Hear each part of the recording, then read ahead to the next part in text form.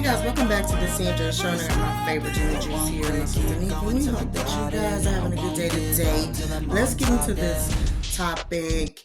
Keianna and Ronnell Burns. Now, this story is a little bit old, but it's new to us. So we felt like let's just talk about it because some people were saying what drove her to basically delete her husband and herself when they were doing so good. A power couple, very successful, and was helping the community and everybody. They were just flourishing. Just like, where did this go wrong? Neek, just starting from you, when you was looking at the whole video, because some people, they kept looking at that footage, trying to replay it, trying to figure out what was wrong, because nobody seen the signs. They say they just didn't see this coming at all. See, I think what it is, to be honest, for one, moving to a state that you're new to, for one, without your family, no friends. So, anytime you have problems with the one person that you came with, it's like your whole world is crumbling down, seem like, because this is the only person in the world that you feel like you have. Although you have other people, but like in the physical sense, you only have this person here with you. So I do think that, I mean, and forgive me if I'm wrong, but I do think there were like bouts of, I'm sure, of infidelity. But it's, being a prideful couple, you got this name and, what I'm saying, stuff like that. I don't think she's the type of woman that would have put that out, being the type of couple and the type of respect that they got from, being from a small place and, what I mean, stuff like that. Which makes it harder to like get through stuff because you don't have nobody to talk to. Even if you do have somebody to talk to, you're too prideful to speak about it, because they had also talked about divorce. You know what I mean? Even before this time, it was a few years prior, they discussed, having a divorce and, stuff like that. And I guess they had a change of heart, but obviously there were, trouble in paradise every so often, but, people didn't know what it was or what was the issue. You know what I mean? Yeah. So. And Jen, for you, like with him, do you think he was sincere about any? Because I know these Christian men, we say that word Christian. And I'm not saying, I don't want to, let me rephrase that. I don't want to say these Christian men because he was a pastor. But with some Christian men, sometimes we look at them to be like, okay, no, you are the last person in the world that would cheat. So I don't expect this out of you. Do you think that maybe that kind of came, like, why do it seem like he was so frustrated? Because on one video, he seemed a little bit frustrated, like he hadn't had it up to here too with her. It really did seem that way to me. Maybe it was one of those instances where he did cheat in the past and she couldn't let it go. Or maybe it was that he was cheating still and she was, still on him with that. I do think that, no shade to him or anything, but Christian men do have a large tendency to cheat. Yeah. And should not just cheat once or twice. It's like a ongoing thing with them. They want to have two completely separate families.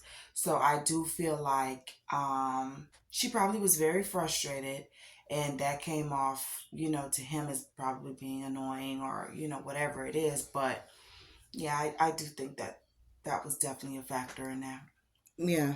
And also with me, what I've seen is this. Sometimes it's not what you see, it's what you hear. It's almost was like she was trying to constantly tell herself, this is where, guys, listen, I come on here for us. I need things from you. And trust me, some days I'm not good too. And, he went to a retreat. But I noticed on his little video that he did on live, he said everything except but love for when he was writing the reasons why they should stay together. It wasn't stay together because we love each other. He never said that word. He said we sat down and I thought, wow, at all the arguing all day and writing this stuff down. And it really came to, I have my mom, we're helping people. You know, everybody know us as this person. We can't let people down. We got these flourishing business. I don't want you to take from me. So hold on, look, do you think, right, not to cut you off, but do you think that he might have came to terms with, okay, we're not going to work, but in the forefront, we can make it seem like we still together, but I'm going to do my own thing. You get what I'm saying? But I don't, we can still have these businesses together. It don't make sense from a business standpoint for us to break everything up and try to split everything down and, what I'm saying, stuff like that. We can still be together as far as that part, but, I'm going to do my own thing. He could have said that. He could have possibly said that. But I don't think so, because I don't think he said it like that. I think it was because I think he knows I can't have both worlds. It doesn't matter how I want to do this. I know with this lady here, she's not gonna accept that. Yeah. Because that would be dibbling and dabbling. It don't seem like she was gonna. She's not gonna openly accept it. Yeah. Because she did to say, because he's at a retreat, and I don't think he was at a retreat at all. Mm-hmm. I think that, they was out probably. Yeah, they was doing whatever. She's trying her best. But now one thing that she did to say, and one thing that women do, which I noticed all women do this, but really in marriages, especially Christian marriages, they love to follow their men. If the men say, let's go to New York City, they're going to go. She did not want to make this move. It is very clear that this was not everything that she did to say. This wasn't working for her, because she did say that, like, listen, it's been hard, trust me, but, coming out here, we don't know nobody, but we did speak about it. We did, we do like this, we always, Atlanta, Georgia's not for everybody. She did not want to do that. She made her world where it was, and I truly feel like he was saying, listen, like how most entrepreneurs that are Black-owned businesses feel, let's take our growing business to Atlanta. I don't think she wanted to do that. Now, guess what?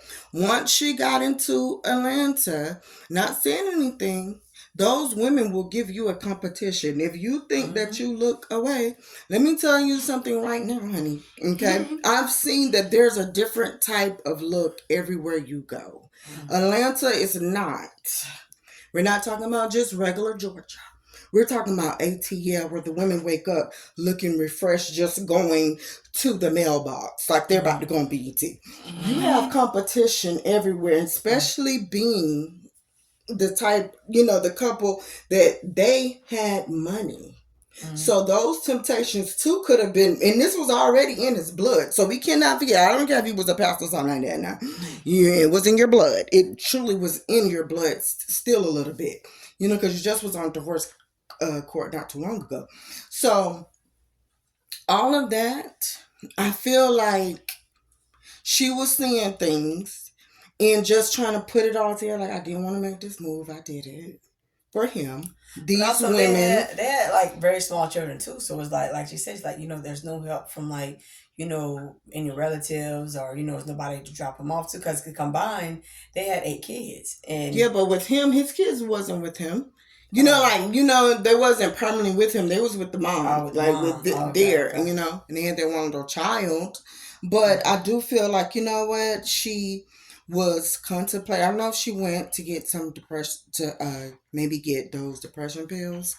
And that stuff do have side effects. Oh, yeah, and the side effect is even... The side effects will make you do what you probably was thinking you did not want to do. Right. It's even worse. Yeah. So for you to just go and say, I want to delete this whole situation, and you forgot about your kids, you blanked out for that moment, you was putting up with something and felt like you got the short end of the stick, but you gave someone all that you had.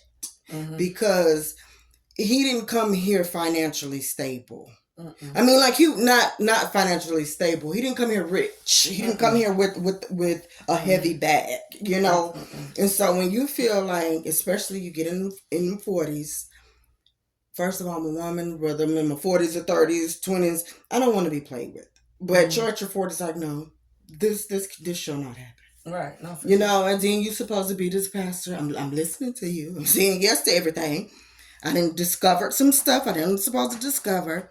He already bought her a car. You seen the car he bought her. Yeah. And Like stuff. that You know, you do wrong, then you just get these little gifts. But she just was just telling her stuff. And I think maybe when he came back, she I think it ended. confronted him. I think couldn't it take was. I think it. What it was, and I could be wrong, but what it seemed like it was. You know, I'm pretty sure he probably had bouts of off and on infidelity, right? Where he'll straighten up and get caught again and straighten up, and maybe this time unexpected. And not being to in a cut new you state. off, not to cut you off, but do you think it's harder? Now, guys, listen to what I'm saying. I do not believe in cheating. We know that is wrong, but we're just going on the scale of with men. Do you feel like it's harder when a man do have money and he's known to having it where you have these leeches that don't care But about see- your situation, just throwing themselves at you? Do Right, it but make see, it harder?